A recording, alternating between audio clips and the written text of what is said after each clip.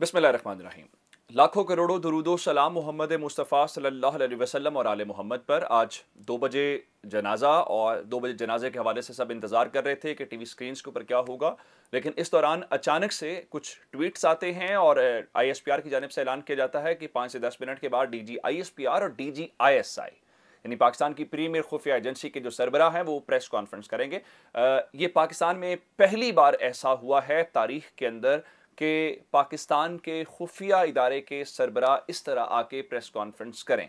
आमतौर पे स्टेटमेंट्स होती हैं, बयान जारी किए जाते हैं और ख़ासकर ऐसे मौके के ऊपर जब जनरल नदीम अंजुम साहब जिन्होंने इस साल ये मनसब संभाला, उनके मुतालिक कहा गया कि वो उनकी तस्वीर भी टीवी के ऊपर नहीं आनी चाहिए मेल मुलाकातों की ऑफिशियली तौर पे। लेकिन अचानक ऐसा क्या हुआ है जिसके ऊपर DG ISI और DG ISPR दोनों को प्रेस कॉन्फ्रेंस करना पड़ी है? ये सबसे इंपॉर्टेंट बात है। मैं आपको इस बारे में एक हवाले से बात बताना चाहता हूं कि अभी तक की तलात के मुताबिक 4 नाम लिए हैं फौज की जानिब से। अरशद शरीफ केस के अंदर अरशद शरीफ केस मुकम्मल तौर पे तब्दील हो गया है। सबसे पहली बात यह है कि उनके मुताबिक आज फौज ने यह बताया है, यानी फौज से मुराद अब दोनों बातें होंगी जिसमें DG ISPR भी हैं और DG ISI भी हैं। उनके मुताबिक अरशद शरीफ को पाकिस्तान के अंदर कोई खतरा नहीं था, उनको पाकिस्तान छोड़ने के ऊपर मजबूर किया गया। अब रात को एक ऐसी ही प्रेस कॉन्फ्रेंस फैसल वावडा ने की। फैसल वावडा की प्रेस कॉन्फ्रेंस के मुतालिक भी सवाल हुआ, लेकिन उनका हम उसके ऊपर कमेंट करना बेहतर नहीं समझते। और आज की प्रेस कॉन्फ्रेंस में 4 किरदार फौज की जानिब से सामने आए हैं, जिसमें से कहा गया कि जिस दिन शहबाज गिल वाला मामला हुआ उससे अगले दिन सलमान इकबाल जो ARY के मालिक हैं, उन्होंने इमाद यूसुफ जो प्रेसिडेंट हैं जिनको गिरफ्तार भी किया गया था, उनको यह मैसेज किया कि अरशद शरीफ को कहो मुल्क छोड़ दे। और उनके मुताबिक हमने अरशद शरीफ को कोई थ्रेट लेटर नहीं जारी किया था, बल्कि खैबर पख्तूनख्वा की हुकूमत ने थ्रेट लेटर जारी किया। क्यों किया हमें इस बारे में कोई नॉलेज नहीं है।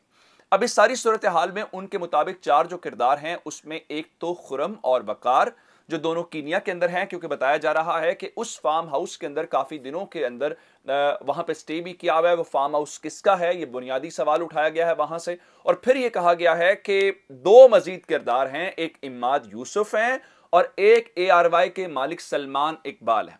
और फौज ने बाज़ाब्ता तौर पे कहा है कि जो ARY के मालिक सलमान इकबाल हैं, न सिर्फ उनको पाकिस्तान लाना चाहिए बल्कि उनको शामिल तफ्तीश करना चाहिए, जिसका मतलब यह है कि अब बारी आ गई है सलमान इकबाल की और उन्हें इस सारे मामले के अंदर शामिल तफ्तीश किया जाएगा। और उसके बाद DG ISI ने यह बताया है कि उन्होंने अपने ऑफिसर को खुद इस कमेटी से विड्रॉ किया है, ताकि हमारे ऊपर कोई ऐसा नहीं होना चाहिए कि बिल्कुल शफाफ तरीके से। और उनके मुताबिक वो कीनिया की जो खुफिया एजेंसी है उसके साथ भी है, वो इस वक्त वो वाज़े तौर पे उनके साथ राब्ते में हैं और वहां से चीजें आ लेने दें। और उसके बाद फौज ने एक और बात जो की है कि UAE हुकाम वाली बात के उनको किसी ने कहा है या उनको फोर्स किया गया है, इस बात ने भी उन्होंने कहा कि इसमें कोई हकीकत नहीं है।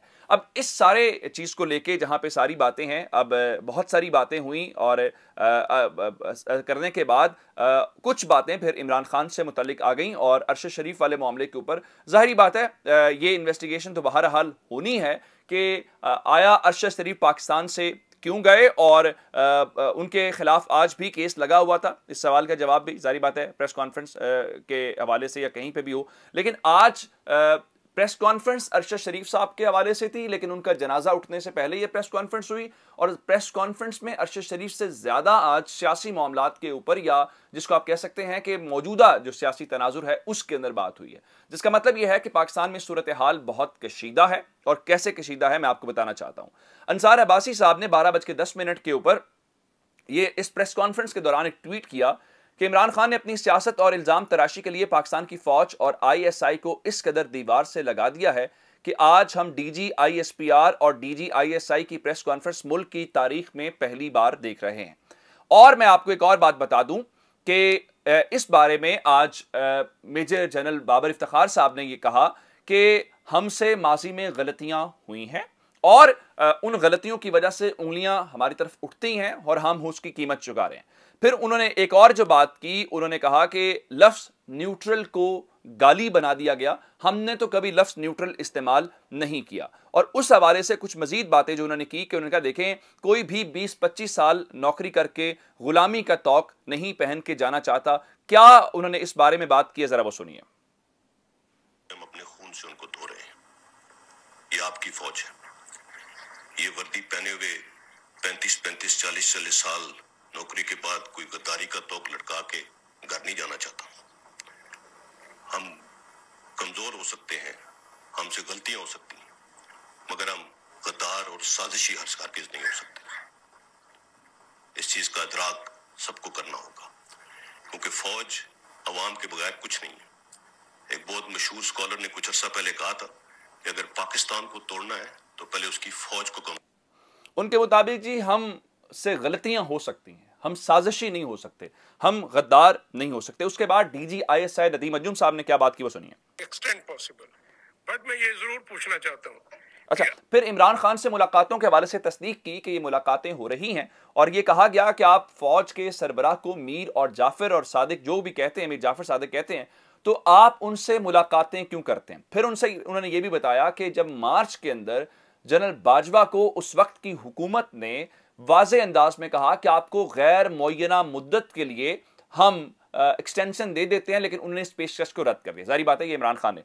इस बारे में आज जो सबसे शौकत पराचा साहब ने सवाल किया कि क्या हालात इतने खराब हैं कि आपको खुद आना पड़ा, हम सरप्राइज होने की बजाय क्या अलार्म महसूस करें। लेकिन उन्होंने मार्च वाली बात क्या की है, जरा सुनिए। और एक और बात मैं जो आपको बताना चाहता हूं, डीजीआईएसआई ने कहा कि आप दिन की रोशनी में गद्दार कहते हैं और रातों की तारीकी में आप मिलते हैं, आपकी कॉल ऑफ फेल में बहुत बड़ा तजाद है। फिर उन्होंने कहा कि फिर आप ये बताएं कि क्या आप उनसे क्यों मिलते हैं। फिर उनके बाद उन्होंने मजीद कुछ बातें जो बताई हैं ये डीजीआईएसपीआर ने कि कामरा बेस के ऊपर आर्मी चीफ ने इमरान खान को साइफर के हवाले से ब्रीफ किया, तो इमरान खान ने कहा यह कोई बड़ी बात नहीं है। बाद में 27 मार्च के जलसे में जिस ड्रामाई अंदाज में कागज का एक टुकड़ा लहराया गया वो हमारे लिए हैरान कुन था। ये नदीम मलिक साहब ने बहुत पहले कह दिया था। डीजीआईएसआई की जरा गुफ्तगू सुनिए।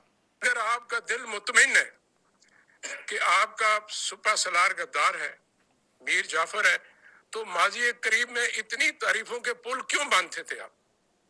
अगर आप समझते हैं कि आपका सुपा सलार गद्दार है, मीर जाफर है, तो उसकी मुद्दत मुलाजमत में इतनी तोसी क्यों दे रहे हैं? अजीब बात है, आप समझते हैं सुपा सलार गद्दार है, लेकिन आप उन्हें कह रहे हैं कि पूरी जिंदगी के लिए अगर आपने इस मुलाजमत में रहना तो रहें। और अगर वो वाकई आपकी नजर में गद्दार है, आपकी सोच में गद्दार है, तो फिर आज भी उनसे पसे पर्दा क्यों मिलते हैं? मुझे आपके मिलने पे इतराज नहीं है, आप मिलिए, ये हमारा फर्ज है इस मुल्क के हर शहरी की आवाज पे लब्बैक कहना। लेकिन ये ना करें कि आप रात की खामोशी में बंद दरवाजों के पीछे हमें मिलें, अपनी आईनी गैर आईनी ख्वाहिशात का इजहार करें, वो भी आपका हक है। लेकिन ये नहीं हो सकता कि दिन की रोशनी में उसी बंदे को आप गद्दार कहें। आपकी कौलो फेल में, फिक्र तदब्बर में इतना खुला, इतना बड़ा तजाद ठीक नहीं। Thank you. आज की प्रेस कॉन्फ्रेंस के अंदर एक बड़ा जो हिस्सा था वो इमरान खान और उनके लॉन्ग मार्च और चीज़ों से मुतल्लिक था। जनरल नदीम अंजुम ने कहा कि जब उन्होंने इंटरव्यू दिया बतौर वज़ीर आज़म इमरान खान को, जारी बात है वो इंटरव्यू नाम तो उन्होंने नहीं लिया, तो उन्होंने उनसे सवाल पूछा कि पाकिस्तान का सबसे बड़ा मसला क्या है। तो नदीम अंजुम साहब ने कहा मैंने बताया था कि मुआशी मसला है, लेकिन इंटरव्यू लेने वाले ने ये कहा नहीं, इस मुल्क का सबसे बड़ा मसला हिज़्ब इख्तलाफ है। ये सारी चीज़ें हैं। फिर जो खुफिया मुलाकातों की वो भी बात कर रहे थे, उनका सदर पाकिस्तान से मुलाकातों का जो जिक्र आप कर रहे हैं, वो मुलाकातें हुई, उनका मकसद मुल्क में इस्तेकाम लाना था, लेकिन वो अंजाम को नहीं पहुंच सका। अब उन्होंने एक वाज़े अंदाज में कहा है कि किसी को मुल्क में अदम इस्तेकाम नहीं लाने देंगे।